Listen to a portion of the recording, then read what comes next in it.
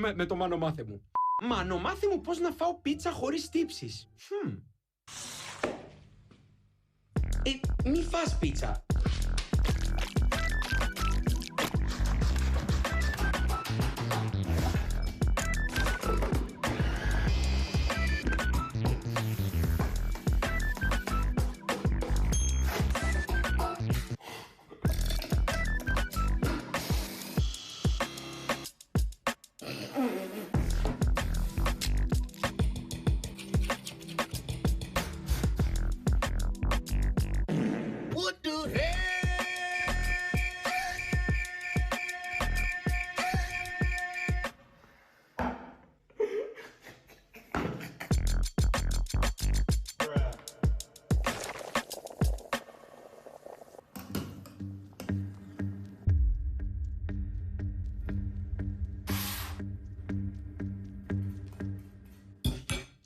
Απλά φάει μακαρόνια.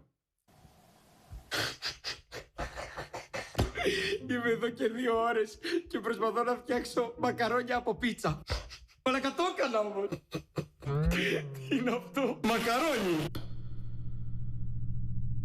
Γεια μας.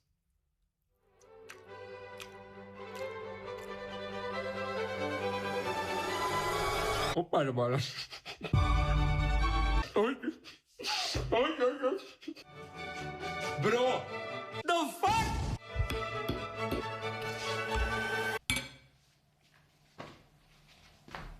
Bro, όντως το μακαρόνι είναι λίγο περίεργο στην υφή του. Γιατί ρε φίλε είναι από ψωμί. Το τρώγα any day αυτό. Καλά, σκέτο είναι λίγο σαν σκυλοτροφή, αλλά σε καμία περίπτωση άνοστο. Βέβαια, πάλι καλά που έχει τη σάλτσα μεταξύ μας. Ρε, είναι όντως σαν να τρώω μακαρόνια με γεύση πίτσα. Μπρο, στο μοντάζ, κάνε ένα edit να χειροκροτάω τον εαυτό μου. Μπράβο, τέλειος. Μπρο, άνετα 4 στα 10. Ναι, το ξέρω, περίμενες να ακούσεις κάτι παραπάνω. Εντάξει, μαλάκα, σε κόλλα. Χάλι μαύρο είναι αυτό, δεν είναι μακαρόνια. Όχι απλά δεν το πλήρωνα, τους έκανα και μήνυση. Απλά περίμενα να το φτύσω, γι' αυτό ενθουσιάζομαι. Ο σκύλος, ξέρω εγώ, θα το φάει. I would like to make an apology to the whole country of Italy for not giving a fuck! Πού περίμενες και να απολογηθώ, τι λες ρε!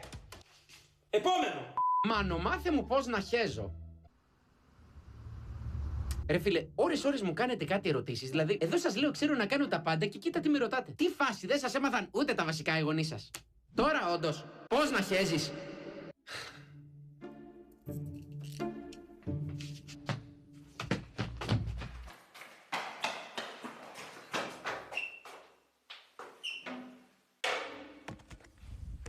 Καλώς ήρθατε στην τουαλέτα μου. Εδώ μέσα έχω δει τα καλύτερα TikToks.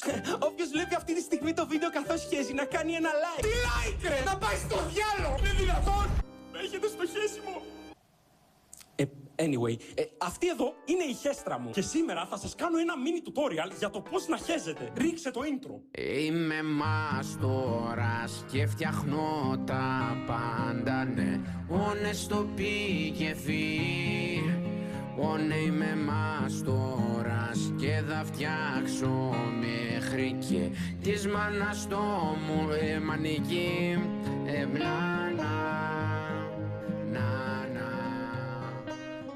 Τέλειο!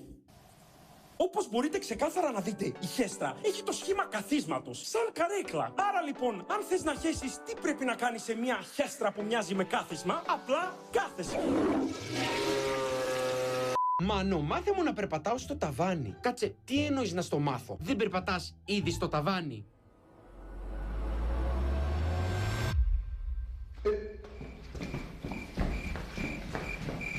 Μάνο, μάθε μου να βλέπω το μέλλον. Εντάξει, πλέον νομίζω με πήρατε πρέφα και σε αυτό. Δεν μπορούσα να το κρύβω περισσότερο. Θυμάστε στο περσινό βίντεο που ταξίδεψα στο 2024 με τη μηχανή του χρόνου και η ατμόσφαιρα έξω ήταν έτσι.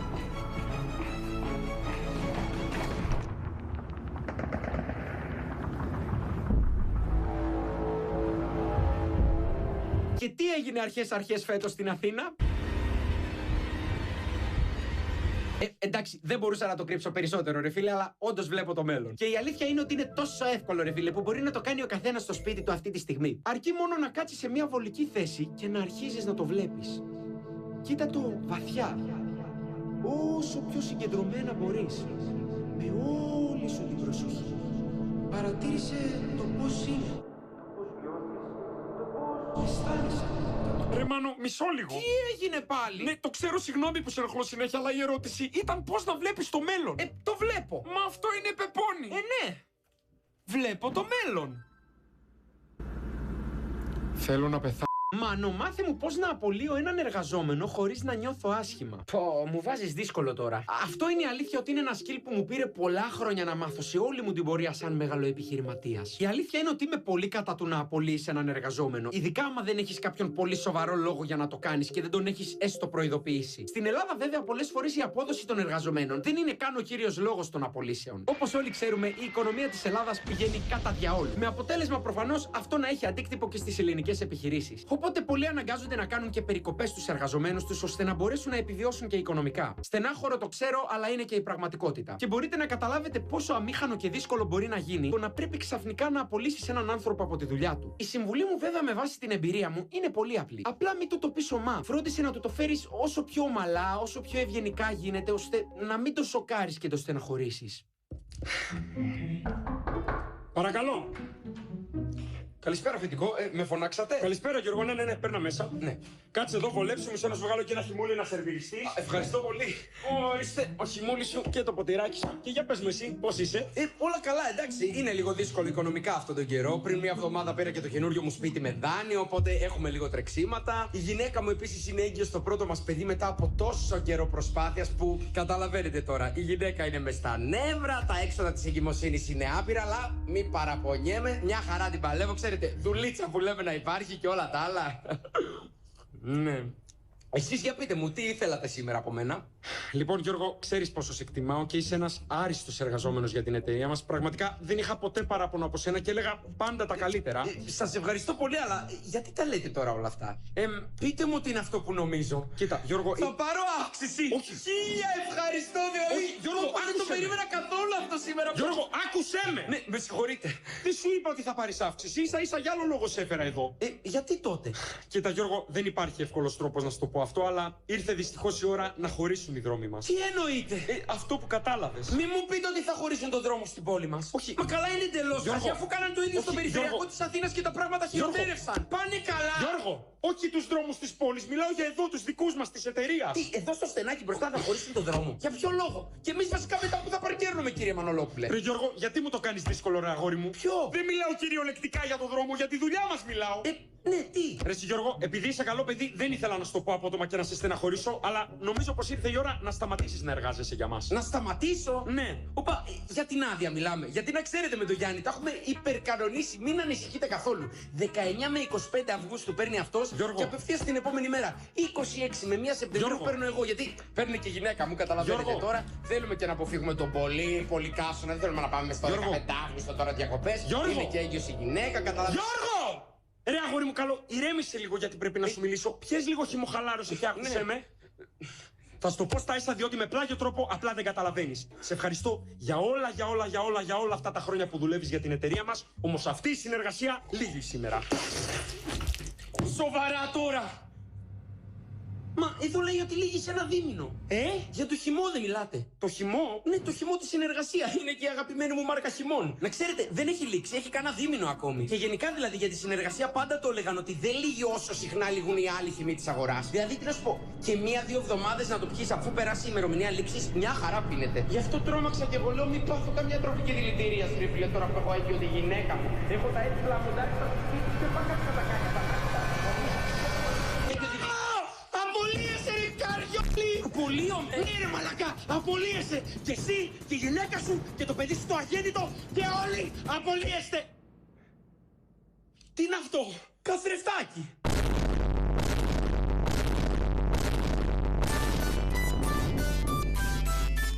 Ναι, δεν ξέρω τι ήταν αυτό στο τέλος, αλλά anyway. Ελπίζω να βοήθησα.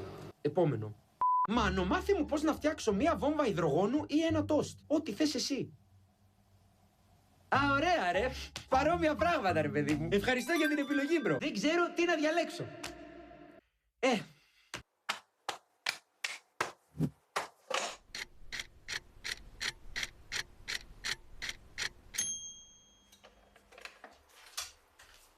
Και μπουμ. Και μπουμ. Μάνο, μάθε μου πώς να γίνω όσο τέλειος όσο εσύ. Φέρωσέ με από το υπόγειο. Νομίζω καλύτερα να πάμε στην επόμενη ερώτηση. Μαλακισμένο θα σε σκοτώσω.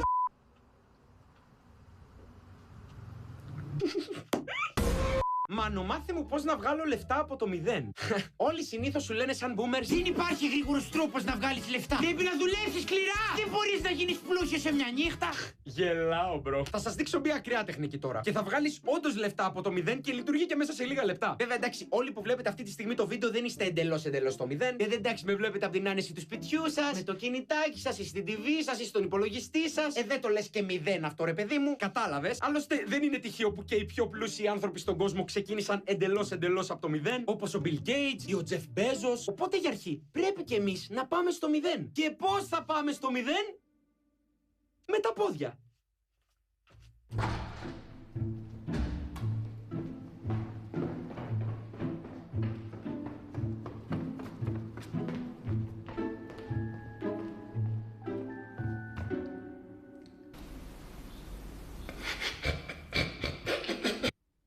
Και φτάσαμε στο 0.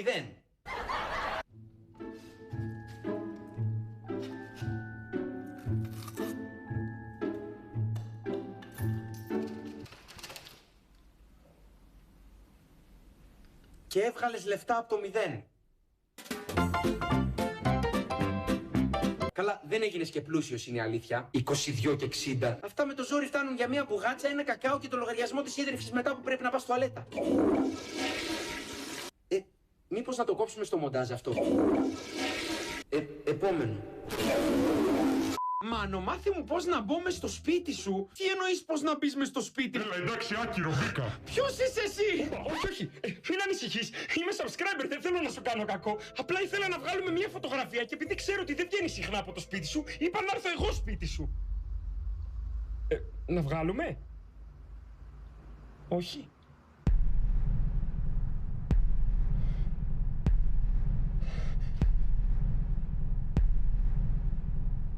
Την. Την. Τι την? Γάμισες. Α, Φλόρε. Ρε μάγκες, τώρα πέρα από την πλάκα. Θέλω να σας μιλήσω για κάτι που πάλι έχει αρχίσει να γίνεται αρκετά μεγάλο πρόβλημα στη ζωή μου και ειλικρινά δεν ξέρω γιατί, ρε φίλε. Και δεν ξέρω και τι άλλο να κάνω για να σταματήσει. Και λέω πάλι διότι έχω ξανακάνει ολόκληρο βίντεο για αυτό το πράγμα στο παρελθόν για όσους θυμάστε και από ό,τι φαίνεται κάποιοι δεν καταλάβατε τίποτα. Και μιλάω φυσικά για το γεγονός ότι κάποιοι έρχεστε στο σπίτι μου, όπου τον τελευταίο χρόνο, ρε φίλε, για κάποιο λόγο έχει ξεφύγει το θέμα. Δεν ξέρω, ρε φίλε, σε ποιο κόσμο η σύμπαν είναι φυσιολογικό το να καμπερώνεις όλη μέρα έξω από το σπίτι ενός αγνώστου. Ρε, μπορείτε να καταλάβετε λίγο το πόσο weird είναι να βλέπεις κάτι άγνωστους τυπάδες, τους οποίους πραγματικά δεν τους ξέρεις, δεν τους έχεις ξαναδεί, δεν τους ξέρεις φατσικά, δεν ξέρεις τι ρόλο βαράνε. Να κάθονται έξω από το σπίτι σου με τις ώρες. Μαλακές,